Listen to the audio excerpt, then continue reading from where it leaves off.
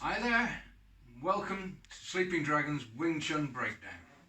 This is the penultimate video in our series looking at section 3 of Sil Lum Tao. So let's have a quick look at the last section of Sil Lum Tao. So you know how to open your basic stance. I've been doing it so long I can just drop into it. So fists up and back, we've got Pak Sao, centre line. Back, then Tan Sao, Gan Sao, Tan Sao, Un Sao, little strike, top jut, and back. What follows that? Bong Sao, a new hand position, back into Tan Sao, take the centre. Gan Sao, 1, 2, 3, 1, 2, 3, and back, close. And obviously the same with the right.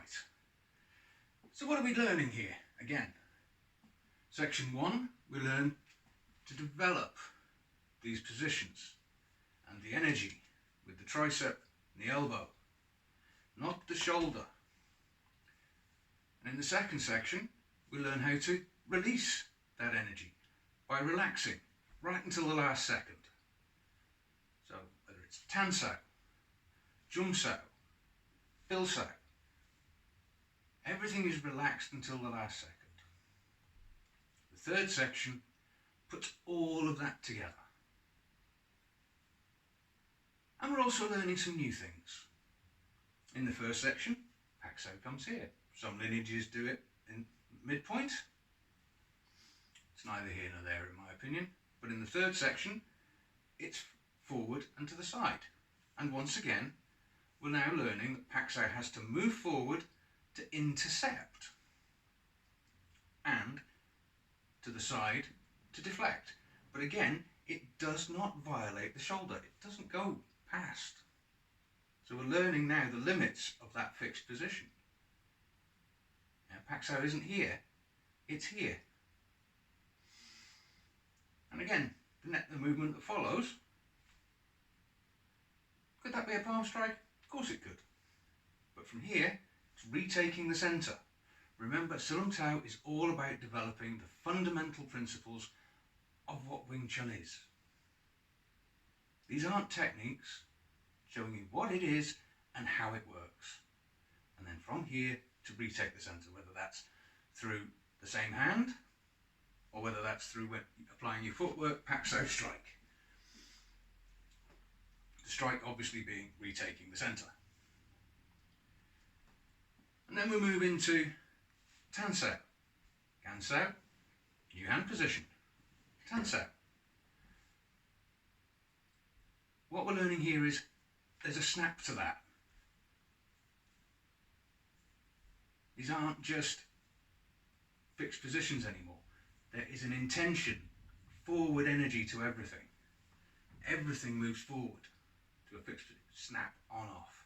Snap, on, off. Snap, on, off. And we're also learning transitioning between points. So we've got a high defence, low defence. With that energy coming forward, this isn't just a defence. This is, I'm attacking what's coming in. That punch coming in, I'm attacking as well as defending. I'm looking to disrupt my opponent's structure in any way possible. Manipulate that in any way possible. Manipulation is as fundamental part of defence and attack as anything. Manipulation is an attack. So that's where the intention starts to flow forwards. And from there, low palm strike. Again, Tan Sao, retake the centre. This time to a low position. Top jut, coming back to a higher position, transition again, and back. And we've got Bong Sao. Now, depending on your lineage, Bong Sao will either be here or here. Personally, if it's the elbow is in line and flat with your shoulder, there's no stress going through that position. It's designed to deflect and collapse. And here, that puts an awful lot of stress through the shoulder. I'm fairly big in the shoulders, and even I can feel that stress.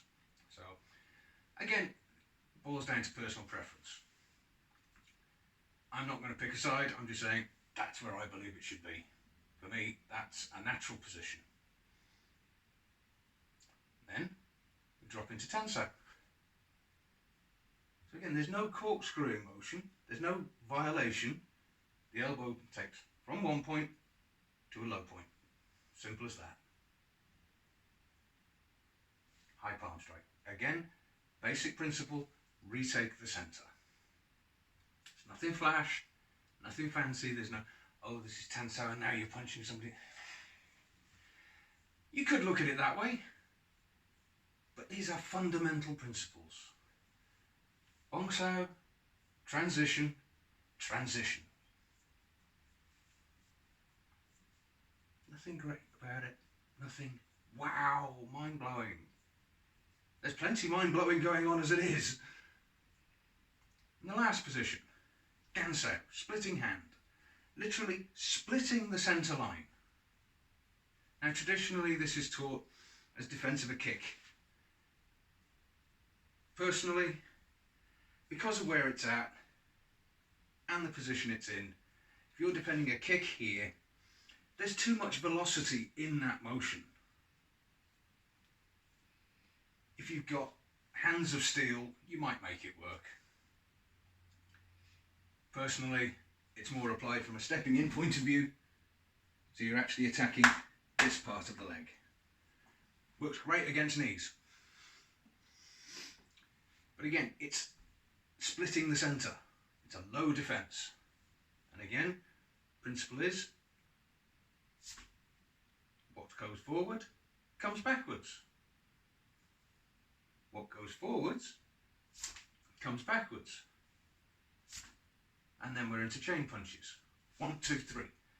And depending on your lineage, you might do 3, you might do 7, you might do 10. The principle's the same.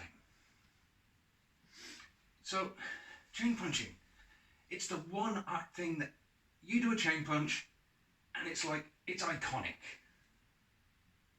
You do that, everybody goes, that's Wing Chun, that is. Everybody knows it. I mean, largely in part to people like Grandmaster Samuel Kwok, who travel the world and have done for decades. But also, if we're honest, the Ip Man movies. Great fun and fantasy, brilliant adverts for Wing Chun. Not even remotely realistic, if we're honest. So, what is this? Why do we do this? Well, Wing Chun against Wing Chun, you see it a lot. You know, there'll be the Gang Sao punch, boom, boom, boom, boom, boom, boom. Or there'll be a Tan Sao punch, move in, boom, boom, boom, boom, boom. Classic Wing Chun against Wing Chun. You do that against a moving target, you may as well just cut your own head off, put it on a silver platter and hand it to them. You're going to get ripped to pieces.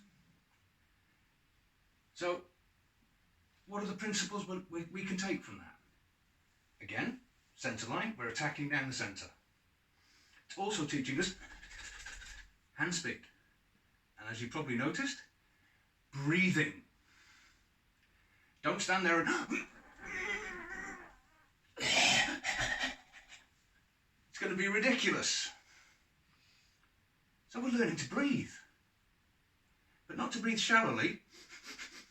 Each breath, even though it sounds shallow, I'm taking to my centre.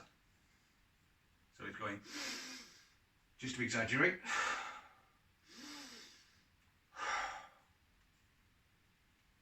So that's breathing and breath control.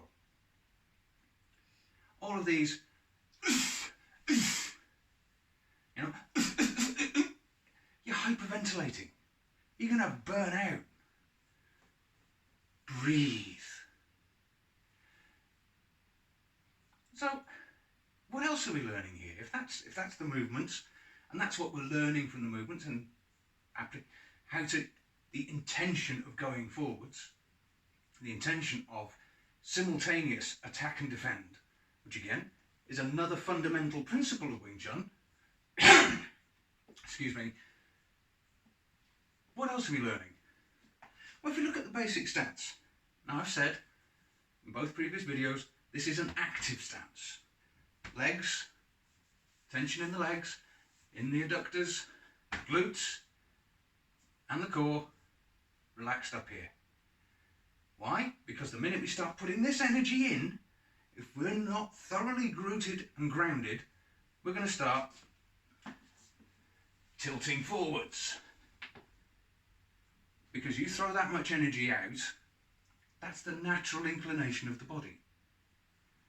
So we sit and we ground ourselves.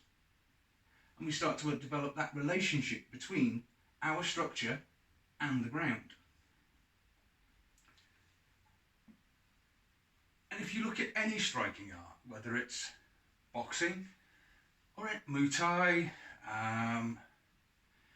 any form of kicking art, capoeira is a great example.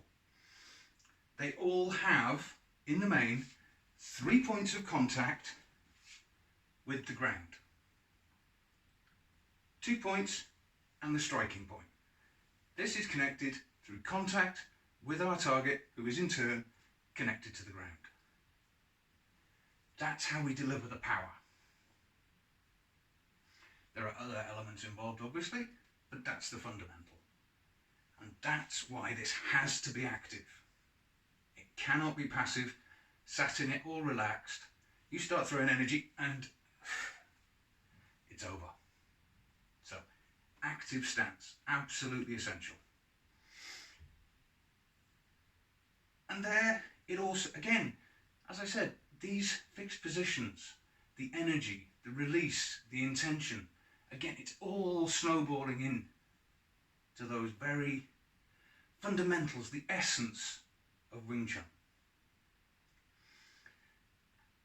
And yes, Sil Lum Tao, little idea. Not so little anymore, eh? I've barely scratched the surface here. These are the fundamentals of what you should be taking from these.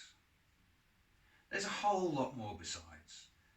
But if I did so and went into all of that, quite frankly, these videos would be several hours long. You'd be asleep and just wishing I'd go the hell away.